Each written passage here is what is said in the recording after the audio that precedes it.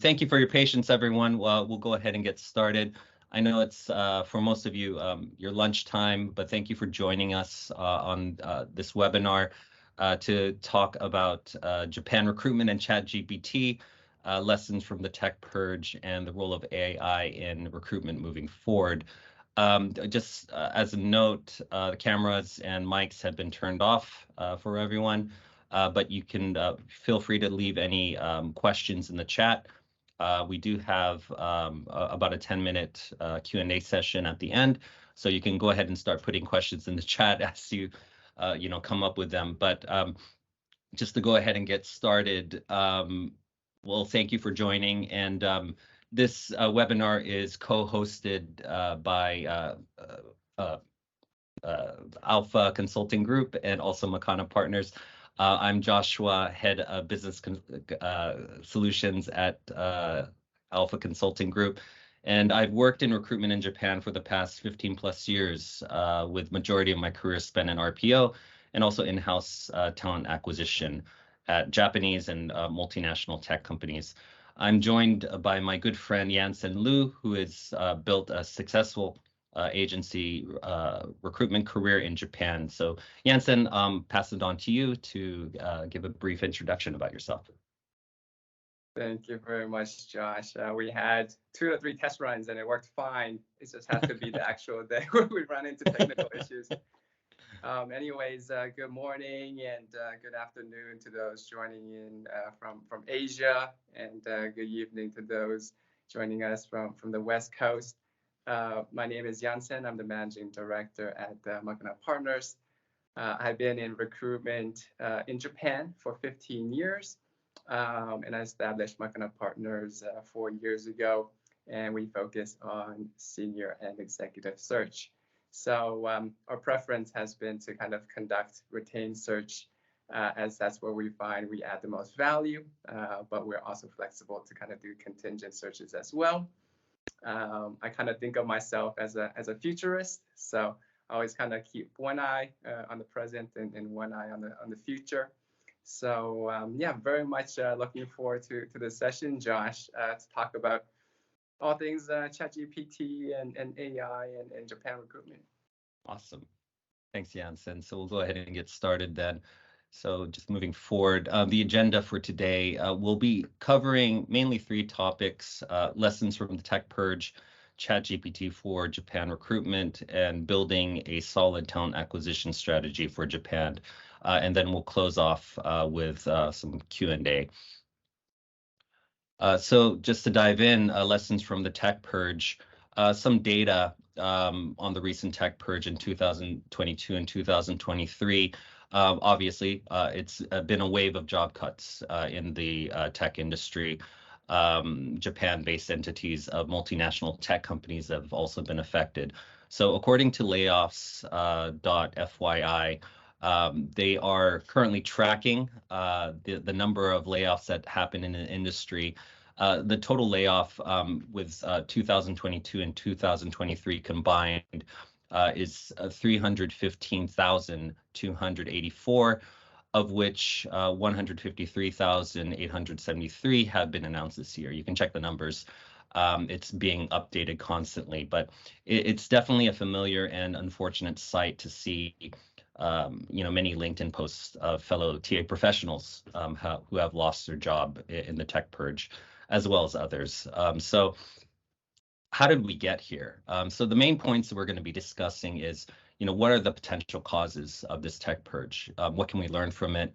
And what potential impact does this have on Japan? So maybe we could just start with the first question. What are the potential causes? What do you see, Yan Sen, of causing this situation? Yeah, I mean, this is, all over the news these days, so I don't want to repeat too much, but the main theory around this is that it kind of goes back to the initial days of COVID, when most industries like hospitality, travel, restaurants were heavily impacted, but tech really kind of came out unscathed. And this was true for the likes of Zoom, Amazon, food delivery companies, et cetera, et cetera. And so at that time, they almost had a invincibility complex, so to speak, and they felt, oh yeah, we're not impacted by COVID. And so they really put, these matrices around growth. And it turns out, that they've overhired, and they didn't foresee that the demand for technology would wane as we come out of COVID. Now, that was kind of the initial cause, but it's kind of been compounded by the fact that governments around the world has increased their interest rates. So it's making companies more difficulty financing their growth and accessing the capital. And then also investors are starting to kind of pull out of these tech stocks and investing in treasuries and government bonds. So all of these in combination has forced tech companies to reshift their focus away from growth and into profitability. So that's kind of the mainstream idea. But there are other reasons that isn't talked about as much. So one other factor might be that tech companies have really figured out how to replace workers using AI. And so, there's this data, and I think it's actually pulled from the US and focused on small, medium-sized businesses. But it was reported by Fortune as well as Yahoo Finance that they surveyed 1,000 businesses, and approximately 50 of them said, just using ChatGPT has replaced their workers, and it saved them approximately 50 to 100,000 USD. And then the other reason that's kind of related is that companies are laying off workers to invest in AI. So we see that Microsoft have invested 10 billion in OpenAI, but at the same time, they laid off, 10,000 or 100,000 employees. Yeah, definitely. And just to go to that point of the tech industry seeing hyper growth, you could look back at the past decade and see just the trend of hiring, and it's been growing. I mean, Mark Zuckerberg was quoted as that we're in an age of permanent acceleration for hiring. There's no such thing as that. Probably startup phase companies will not have any determined headcount, and the focus is growth and securing talent. But yeah, definitely the impact of the pandemic definitely led to the downfall. If you look at hiring in the pandemic, like in 2020, 2021, Meta alone, their headcount was up 60% during that period. And when you combine like Microsoft, Alphabet, Salesforce, and Meta, their headcount increase was about 35%. So, definitely the hyper growth and the war for talent and paying top dollar for engineers. I think it's been for the tech industry a bit of an arms race, trying to secure this top talent at top dollar. Plus, there's a move, especially in the tech side, to secure, big talent acquisition teams to, source talent directly. Of course, there's a mix. It depends on, the company, but some companies will use agencies or RPO. But most of the time, you'll find quite a large, talent acquisition team. So it's been quite lucrative for people to move in-house. But at the same time, after the layoffs have been announced, that's why you see many posts of talent acquisition professionals, essentially losing their jobs because headcount growth stopped. And it's quite an unfortunate situation, I think. But yeah, I think that's that's a good point, because these companies have kind of grown 50%, right, over the course of 2-3 years. But even with these layoffs, they've only kind of reduced their workforce by about 10-15%. So I think the layoffs are going to continue for a little while longer before we stabilize. They're still kind of returning to the average. Yeah, definitely, definitely. And yeah, just to go back to your point about repurposing, to areas that companies want to invest in, like AI, for example. I mean, when you look at companies like Amazon, for example, there was significant investment in Alexa, developing Alexa technology. They call these types of projects, moonshot projects, or pet projects from the CEO. But there's been a lot of defunding and just kind of repurposing of those resources and of course money into investing in other strategic parts of the business, which led to a lot of cuts in engineering of these so-called pet projects or moonshot projects. So yeah, I mean, I think that the cuts will continue to well, I mean, we'll continue to see cuts, but I'm also quite positive the tech industry will bounce back. But we'll see. We'll see how the year turns out. But I am positive, just like the Lehman shock of 2008. Of course, there was a lot of job losses back then, but it went back up. So I have the same expectation for tech. So just moving on to the next point, just conscious of time. I mean, what can we learn from the tech purge, and any potential impact this has on Japan? What do you think? Yeah, I think we could have different perspectives, but one particular perspective from a company side was to just not to be overzealous, focus on running a profitable business and not having a business based solely on growth. I think from this tech purge, if you're an employee, you need to think that, okay, we thought tech was going to be a safe job, but there is no safe job out there anymore. And we always need to be reskilling and retraining to see how the world has, based on how the world has changed around us. Yeah. And yeah, just kind of going back to the point earlier about, it actually, we didn't mention this, but Indeed kind of announced a huge layoff of 2,200 employees just last week. And this hasn't been too widely reported either, but their entire TA in all of APAC was laid off. And this was 100 plus employees, right? And so what they're saying to the market is, okay, we're not looking to grow, or they feel that TA is more of a commodity skill.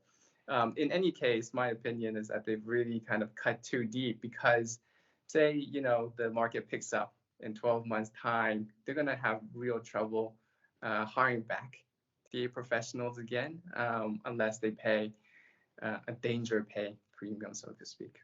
Yeah, definitely. I agree with that. I mean, also just to your point, not being overzealous. When we think about headcount and how headcount is planned, the case for many companies, especially companies I've been involved with, in TA, headcount is usually determined by the top execs and finance, right? And it usually filters down to HR and then to TA. So TA is basically the last team to find out about the headcount and trying to manage per their resources the demand.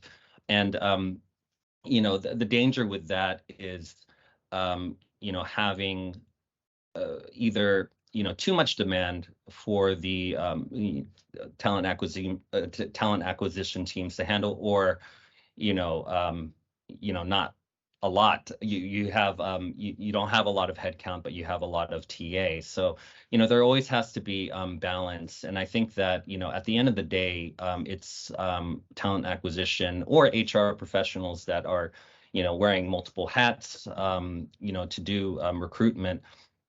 It's being aware, I think, of your resources and their capacity to fill demand. And it is quite a risk to have, let's say, a 100-person team on TA and only have internal, for example, and not use, external recruitment or, recruitment solutions, because if the company decides to freeze headcount or stop headcount, yeah, of course, talent acquisition teams are impacted by that. So, it is quite a risk. So I think that's something that we can learn definitely from the Tech Purge. So just moving on, I mean, to Japan, any potential impact you see in Japan? Yeah, definitely the layoff has impacted Japan as well. And one of the questions I'm frequently asked by hiring managers is, okay, is this a good time to hire tech talent? And the answer is, well, it really depends, right? Because a lot of the tech workers right now, they've taken a 3 or 4 month severance package, and they're just reevaluating what's available in the market. Maybe they're taking a short vacation, so they're not necessarily ready to kind of jump in right now. One of the things that I was thinking about is kind of the high salaries in tech. Yeah. Because both you and I, we've been in recruitment in Japan for quite a while now, and I remember back then, finance paid the highest, then it was followed by medical, healthcare, and then it was IT. But right now, I'm seeing tech salaries being higher than those of finance and healthcare. And so I think what companies need to think about is, okay, are you willing to kind of pay tech top dollar for the tech talents that are out there? And at the same time, how would they fit into your company culture? Because tech organizations are often operating at a different pace. And if they're coming from Gap, for example, they have this brand that they operate behind, whereas other, more traditional industries, they don't have that. So would they be as successful? Would they be able to add as much value to your organization as they have in the past? Yeah, exactly. I mean, you could also look at it as a potential reset. There were some reports of companies laying off some engineers, but offering back their jobs at a lower salary. So it's quite common, I think. Well, because the tech has grown to a certain level where engineers are getting top dollar, and it's been very competitive. How will the market play out, right? Since we've experienced losses, now it could be a potential for companies to rethink their salary bands, for example. So that's something that has to be looked at, and expecting the same salary that you would be making previously, might be unrealistic from the candidate perspective, or even from the company being able to provide that. So, that's kind of something that I think needs to be looked at, not only applying to engineers, but people that have worked for these tech companies. So it's not all doom and gloom, I think, but I think there will be just kind of revisiting what those salary bands look like, and it could be kind of a reset to these, looking at how companies can compensate talent for, of course, their skills and experience. But it's an interesting conversation, I think. Let's go ahead and just move on. So ChatGPT for Japan recruitment. I think many people on this call are involved in recruitment, and they want to know how to use ChatGPT. But ChatGPT gained 100 million users by the end of January 2023, just 2 months after its launch. And surveys reveal almost half of U.S. companies have picked up ChatGPT, and 93% of these firms are looking to expand its use in upcoming months. Same with Japan as well, too. It's gaining traction, has a lot of buzz here. So how is ChatGPT being used for recruitment? What are the current limitations? And will ChatGPT and AI replace recruiters? That's a question I think a lot of people are interested to hear the answer to. But how certain use cases for ChatGPT and recruitment. I mean, how do you see it being used? Yeah, I think this is all over LinkedIn, all over the news as well. So I won't dive too deep, but what we did when ChatGPT launched in December of last year was we evaluated our entire search process and see where it made sense to kind of co-pilot with ChatGPT. Where can we get help using this particular tool? And we've kind of are using it in many different aspects. So one is kind of creating Boolean strings for searching on the open web. We're using it to draft articles, job descriptions, CVs, and then we kind of go in there and edit. We're using it to spell check, grammar check, tone check, kind of emails, creating graphics for social media. We haven't done it yet, but kind of looking into how we could implement chatbots on supporting customer service. So maybe that's something that we could talk about later, Josh. Maybe you could give us some ideas. Yeah, definitely. Yeah, I mean, agree to all your points. I think that ChatGPT, it has a lot of potential to be applied to recruitment. Where I see it being applied mostly is in the upper funnel of recruitment, so namely the screening process, the outreach process of writing scout mails and so on. So, for example, you could take someone's LinkedIn profile, just paste the link and tell ChatGPT, hey, write a scout mail for this person, tailor a scout mail, according to this profile. So it does spit out, pretty good response, but at the same time, it's AI. It needs to be trained. It's not perfect, even though it sounds very natural. Some of the responses it does spit back is pretty general in a sense. So there is that human touch that needs to be, applied for it to really be personalized or customized for that particular person. And I think that writing articles, it's definitely a good tool for creativity. Like, for example, if you are a frequent blog poster on LinkedIn, it does help generate ideas, and it can even write your article, but at the same time, what it writes out needs to be checked and needs to be modified. I think just kind of going on to the next point of, current limitations.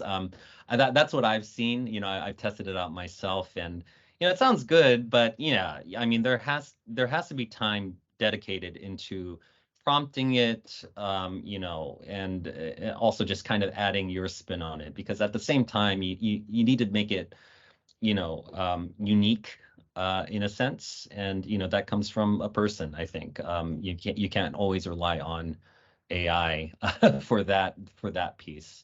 What do you think about that? Yeah, it'll be funny if we're all using AI for the same article and it's Yeah, no. spitting out the same article.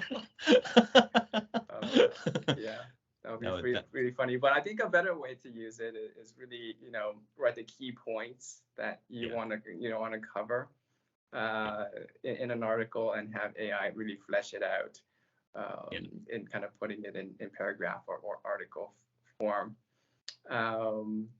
A couple of limitations, what I've kind of see is that, it's still not able to replace human activity fully, right? We talked about, okay, it could copyright, it could design graphics, it could analyze the data in an Excel sheet, but just thinking about our day to day, we just do so much more than that, right? We're negotiating, we're communicating with people. So until the day where you and we prefer to be speaking to an AI chatbot over another human being, I don't think it's going to fully replace a lot of the work that we're doing. Yeah, exactly. And just AI in general. I mean, you can do a search on AI like recruitment tools. And I've worked in the past with, for example, CRMs that could connect directly to an ATS, and the CRM had functionality to match, you know, potential people or candidates that, for example, have visited the website. They've looked at a few jobs, and that would be able to capture their information, kind of get a little spiel of their skills and experience, and match it with the open jobs on the career site. The problem with that is, of course, the AI has to be trained. It's just picking up of course keywords. But if you don't train the AI to really look for what is important, it's just going to keep doing the same thing. So there is significant investment that's needed, of course, from talent acquisition teams to train the AI, to train the AI to pick up on that. But even if you did that, you still need to meet the person. You still need to, of course, do a fair competency-based assessment through interviews. But yeah, just to your point, Yan Sen, the human touch aspect, especially in the later stages of the process where it goes into salary negotiations, or, for example, just kind of from the TA standpoint, recommending to hiring managers, about a person that they met. Yeah, I mean, that's going to, AI is not going to be able to replace that skill. So definitely it does enhance, I think, the productivity of recruiters when you think about the upper funnel of recruitment. But when it gets down to the lower part of the funnel where they're interviewing and it's going into the offer stage, and now we have to negotiate. Yeah, I mean, that requires skill from a human, and that can't be easily replaced. So to answer the last question, no, GPT AI will not replace recruiters fully. Hopefully. But hopefully, fingers crossed, until we start reporting into robots. But I don't think that day is coming anytime soon. But I think, yeah, to your point, it's definitely a game changer as far as in doing a lot of the low-level tasks that took a lot of time. I mean, they're definitely necessary, but repetitive, and it does take up time, and it does allow recruiters to kind of free up time to focus on more important things. Just before we jump into the next slide, Josh. So, one thing I want to talk about is very much our relationship with AI moving forward, right? So I think I mentioned this before when we spoke. In February, Google demoed their AI chatbot Bard. And it was asked a simple question: okay, tell me some facts about James Webb Space Telescope. And the answer that it gave was, okay, it was the first telescope to take an image of an exoplanet, so a planet outside of our solar system. Now, for everyday users like you and me, we're like, okay, yeah, that's totally plausible and probably true. But what astronomers and scientists pointed out was, actually, wait a minute, the first image was taken in 2004, 14 years before James Webb Telescope was even launched. So, the point is, AIs are going to be making mistakes, but moving forward, it's going to improve. But as it improves, it's going to be more and more difficult for us to really be able to assess whether it's factual or if it's just making something up. So, with this particular answer, no harm done, but I could think that if there was some bias in the answers that it's giving out, it could really create a butterfly effect and really change the course of humanity in probably a nightmarish way. So we really need to kind of be careful when using AI. Yeah, definitely. It's reliable sources, right? I mean, the way it works is you have millions of people using the application, putting in data, and it will come up with responses to certain questions that, you know, it might be true, might not be true, right? So that, yeah, definitely that needs to be, there needs to be care into, you know, checking what is coming out of this. I mean, check. yeah, you need to do like a double check on that. But yeah, that's a great point. And, you know, kind of going back into the bias thing, yes, you know, from a TA perspective, we want to try to remove as much bias from the interview process when, you know, of course, considering candidates. We want to try to move as much bias as possible.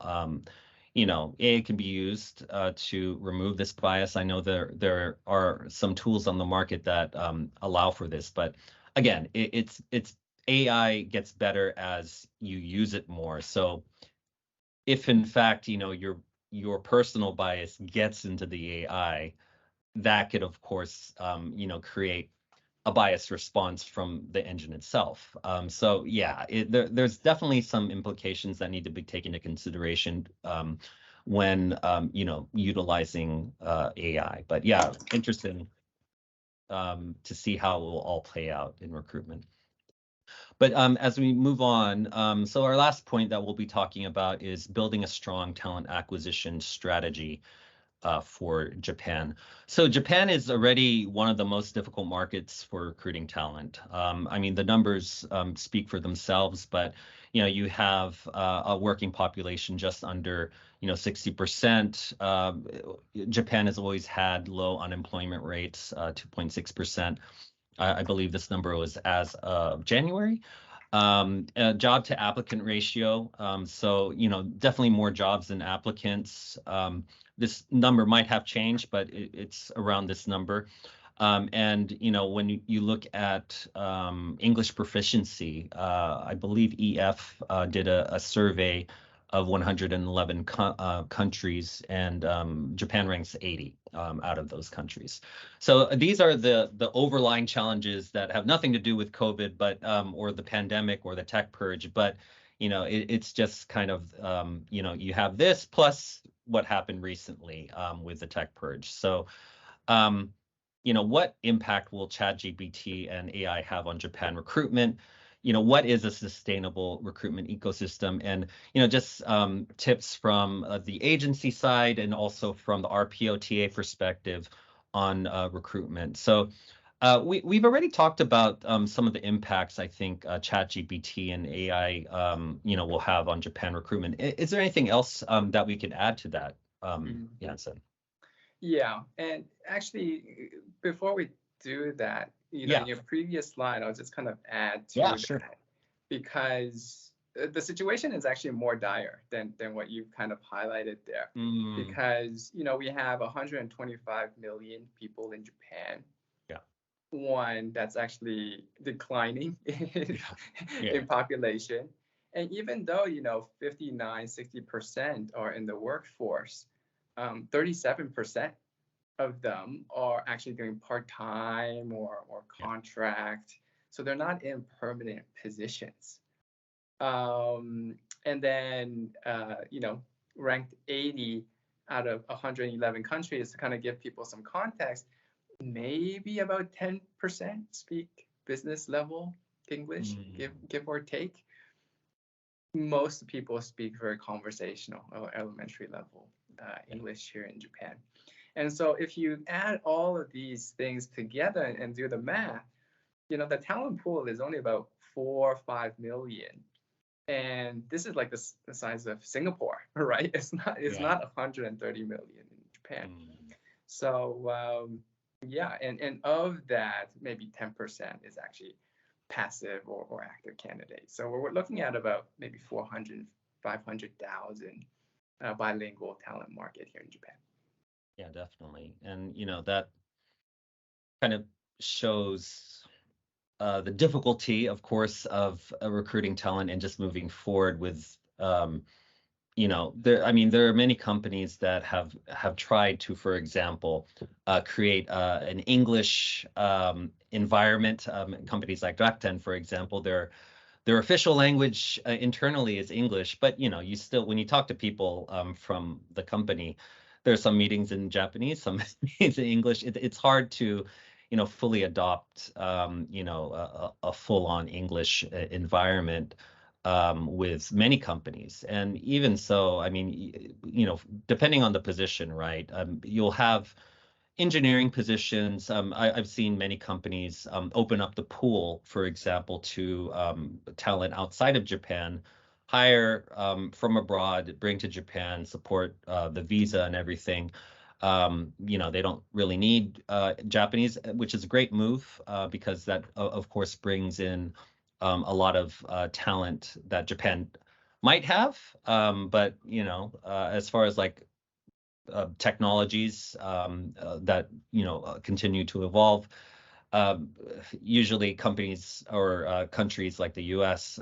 tend to be on the cutting edge. So there is some attraction for bringing talent into Japan from the engineering side. But when you look at other positions, for example, like sales or marketing, or they still require at least business level or native level Japanese. So I know a lot of foreign talent that have great Japanese that could probably, of course, do these jobs just fine.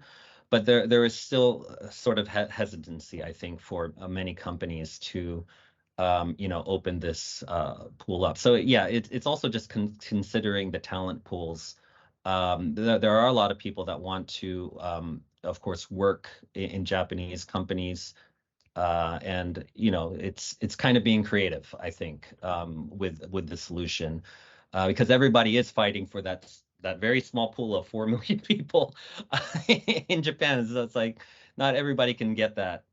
So what are the other solutions, I think, and yeah, that's the question to be answered. But yeah, opening up the talent pools to, for example, companies or people abroad living in other countries.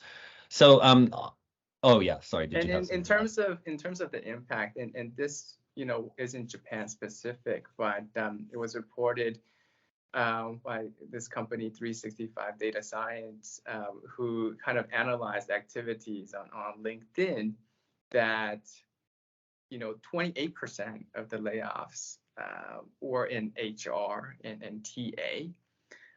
But second to that, 22% were actually software engineers. Yeah. And out of all of those that have been laid off, only 10% of the workforce has, found another job. So, maybe it's telling us that automation and AI, these are the first jobs to kind of go. Sure. Yeah, and I think there has been some evidence to that, right? Which we've kind of discussed previously, and we're seeing that AI chatbots can actually start coding. And so, yeah, that's kind of a worrying sign. We'll see how that works out. Yeah, definitely. That's a great point. So just going on to the next point of building a sustainable recruitment ecosystem. So just on to earlier discussion points about companies, hiring a large, for example, talent acquisition team to do direct sourcing, to do direct recruitment. And, with the end, you have companies that unfortunately had to cut a lot of these teams. I've experienced this personally in my own career as well too. I mean, it is a risk to, in a sense, put all your eggs in one basket. Just like it's a risk, for example, not to have any talent acquisition team and relying on only agencies to, of course, be introducing. I think there needs to be a balance, and that's what I think creating a sustainable recruitment ecosystem is. It's thinking about the balance between your internal TA, so in-house recruiters or talent acquisition, whatever you'd like to call it, plus external recruiters such as recruitment agencies, or if you're an organization that is, for example, growing really quickly and taking on too many TA might be a risk, considering solutions like recruitment process outsourcing, RPO. I think is something to consider. A lot of companies do utilize that, but yeah, those are my thoughts on that. What do you think about that? Yeah, it really depends on where the company is in the growth cycle.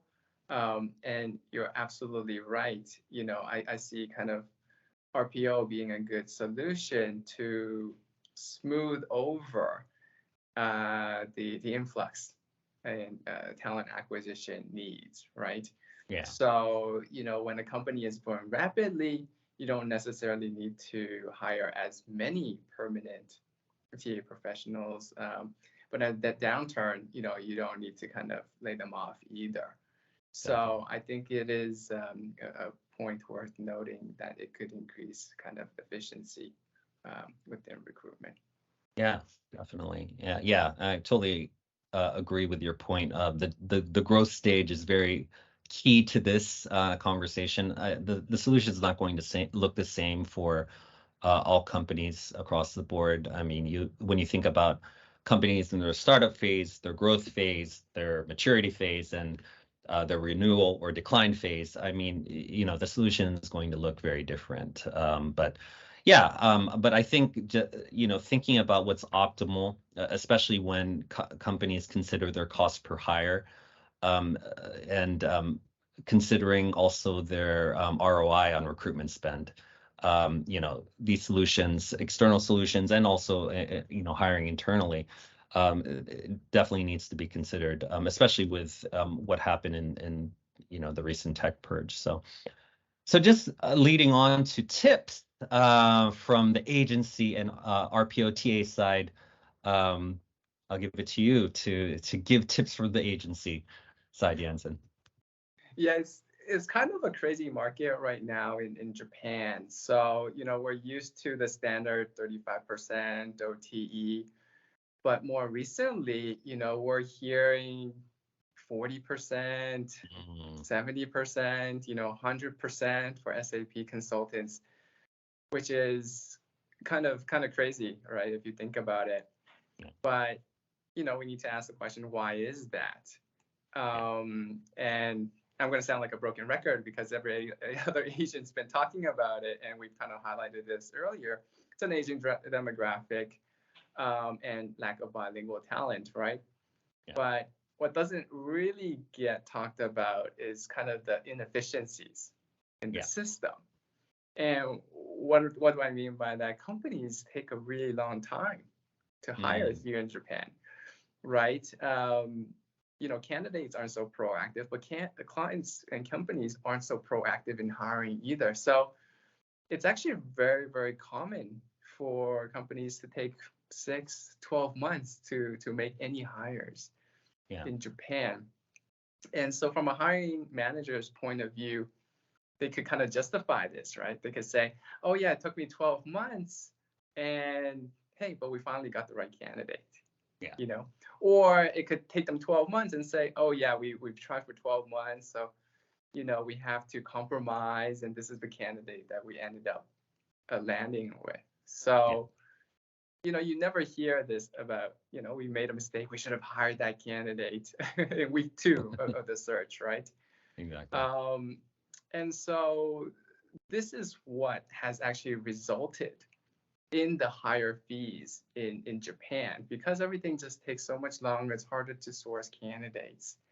And so the way companies think about it is, okay, nothing is lost. We still only paid, just that 35% for the placement. But I kind of think of this a little differently. I kind of think of it as, okay, if a company had contacted 10 agents and worked with 10 agents, they didn't pay one agent 35%. They actually paid each and every one of those agents 3.5%. Just some of them didn't get paid, and just one agent got paid. So from an agency perspective, you can't put all of your eggs in one basket, and you work on 10 different searches. Yeah. And so that's why your hit rate is relatively low. So, I think companies can, if they want to reduce their recruitment fees, really kind of coach the hiring managers what the Japan market looks like, and really align on expectations, because Japanese hiring managers, overseas hiring managers within these matrix organizations, you're almost looking for two different people in one person. And yeah, I mean, if companies are committed to hiring a candidate within 3 months, the best candidate that comes along within that time span, I think that could totally reduce the recruitment fees here in Japan. Yeah, definitely. And just to your point, I mean, in Japanese, there's a phrase called soksenyoku jinzai, right? Which means like the right person or the right talent for the job. And Hit the that's, ground running. yeah, hit the ground running, right? I think that, yes, of course, everybody wants the ideal. But when you make a job description and you put that out to market, yeah, there's no one that fits that description. I mean, that's, of course, the perfect candidate. But, you know, yes, I think that companies, of course, shouldn't relax on the core competencies that are required for the particular role. But there's a lot to be done. There's a lot that can be done in kind of relaxing the requirements and not, you know, not expecting the candidate to be a Superman or a super person, right? That can check all the boxes, right? So it's about also being realistic. And, you know, just to give some advice from, you know, the TA perspective, I've worked in matrix orgs before where you have local hiring managers and but the decision is made by someone in the States or someone in another country on the headcount, and they don't know what, you know, the local market looks like.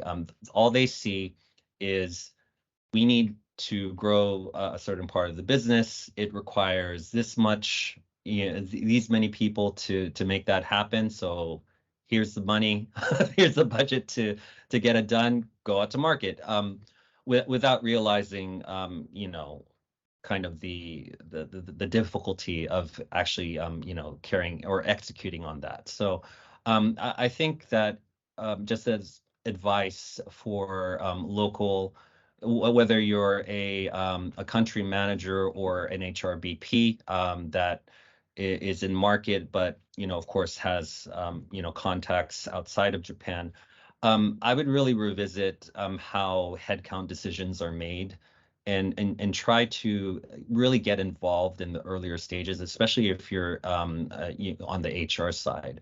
As just kind of bringing back to a former point that I made is, you know, a lot of the times the decisions are made at the top with finance and it just filters down. And it's up to HR to essentially control the headcount and prioritize, and you know, have TA, of course, push back on these priorities to, you know, competing hiring managers.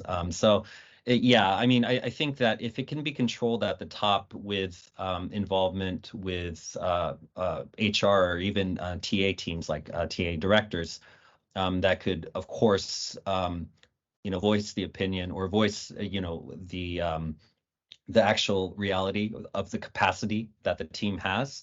I think that would help to curb a lot of the at sometimes unrealistic demand that comes from the top. So, you know, re-looking at that, and of course, you know, sometimes it's out of your control. So, just kind of thinking about, okay, how are you resourced? Are you going to do everything internal, or do you have an external solution as well, too, that can be scalable, descalable, you know, per demand. So I think looking at those points, you know, just from an RPOTA perspective, is very important. Awesome. So we have 10 more minutes left. So we'll go ahead and go to the questions, Q&A. So feel free to add any questions to the chat. We already have one question. I'll just read off. Chat GPT from a legal perspective, given its ability to create well-written copy for advertisement or PR, what legal concerns should we have in terms of posing or publishing a material using this tool? Hard to keep ChatGPT from grabbing copyrighted material and making it your own, etc. Yeah, very interesting point. I mean, I can comment on it as, yes, ChatGPT, it used millions of sources, and whatever it spits out, you can't just use that, I think, to and post it. There has to be, of course, some due diligence in checking, what is coming out, and making sure that you're not, just utilizing someone else's material. So, I mean, I think there are many tools that you could use to check that online. I'm not going to name any of them, but yeah, there definitely needs to be some due diligence. Now, of course, ChatGPT, it does have an API that can, connect to certain software. So, some companies are exploring, keeping the Chat GPT engine within their own network. So the data that it produces, it's only coming from the company. It's not influenced by external sources or external data. So that is one solution I think that some companies are exploring. So it doesn't have to, so companies don't have to deal with that legal kind of risk of utilizing this any copyrighted material. But Jansen, any I'm thing to not a add to that? lawyer or anything like that, but Yeah. if you kind of read the fine print on ChatGPT as well as other AI tools, basically you could use whatever information it spits out as your own, is my understanding. And the reason why that is it's actually based off of a language learning model, right?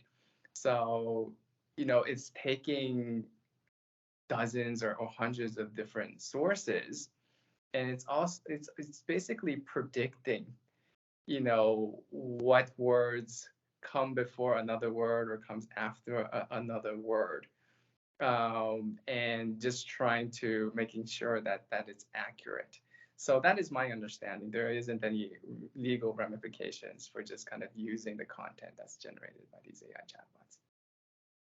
Yeah, it's interesting when you read the articles of how much it understands, because it does produce content that is it's like a human wrote it, but I think the way the engine works, yeah, it's data modeling. It's using it's attributing, I believe, different values to different words and making patterns from that. So I mean, to us, it sounds natural, but on the back end, it's a bunch of numbers, and it doesn't really understand what it's saying. So it's you got to take it with a grain of salt, I think.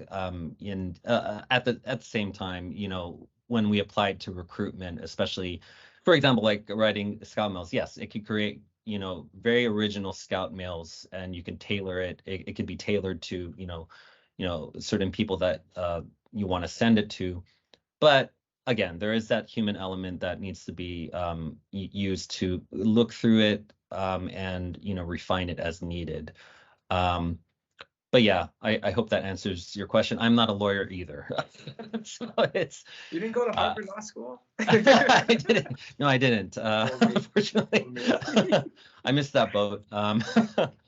Well, we have 5 minutes left in the session. Any more questions? If not, then we're happy to take questions offline. Both Jansen and I are on LinkedIn. Feel free to send us a question directly. But yes, it's been a great session. So just in closing, I'd like to just do a quick pitch about ACG. So Alpha Consulting Group, we are an RPO first provider. We don't have an agency in the back of us. So, we are leveraging about 6 decades of collective internal talent acquisition and recruitment consulting experience in Japan. So, we believe that investment in an effective talent acquisition strategy is crucial to hiring great talent. But, finding these solutions and identifying the right solutions can be quite overwhelming. So, if you are looking for a solution to add on to your current talent acquisition team, or maybe you don't have a talent acquisition team and you need some help internally, feel free to reach out to me directly. Would be happy to discuss options with you. And I'll turn it over to Yan Sen to talk about Makana. Yeah, thank you very much. So I talked about this already, but we focus on senior search, director level and above, for kind of retained search. Our specialism is actually the hard to fill positions. So if you have any positions that's been open for 6 months or longer, I think we're positioned quite well to support you. We have implemented a lot of AI sourcing tools. So if you're bothered, just kind of implementing that yourself, the easy solution is just kind of use us and we'll have you covered. Yeah, that's it from my side. We cover all the different industries. Awesome. Well, I'd like to personally thank you, Yan Sen, for partnering on this webinar. Hope to do more webinars in the future. Definitely, if you like the content, let us know. We're going to be sending over a survey following this call. But yeah, we look forward to seeing you in the future, and hope we can help you out if you are looking for a recruitment solution. Thank you very much, Josh, and looking forward to catching up with you next poker game. Yeah, we can organize that. Let's do it. Yes. It's been years. Yes, we are looking for people to to participate as well too. So if you are interested, let us know. But yes, thank you everybody for joining us on your lunchtime. And yeah, hope to see you again in the future. Bye. Take care. Bye.